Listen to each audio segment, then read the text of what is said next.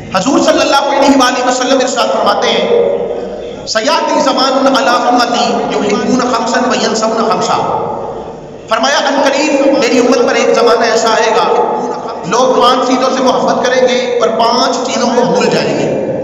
پہلی چیز فرمایا یحبون الدنیا وینسون الآخرہ، وہ لوگ دنیا سے محبت کریں گے اور اپنی آخرت کو بھول جائیں گے۔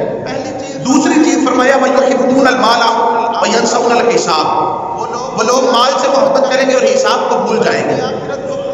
تیسری چیز فرمایا یحبون الخلق وینسون الخالق، وہ لوگ مخلوق سے محبت کریں گے اپنے خالق کو بھول جائیں گے۔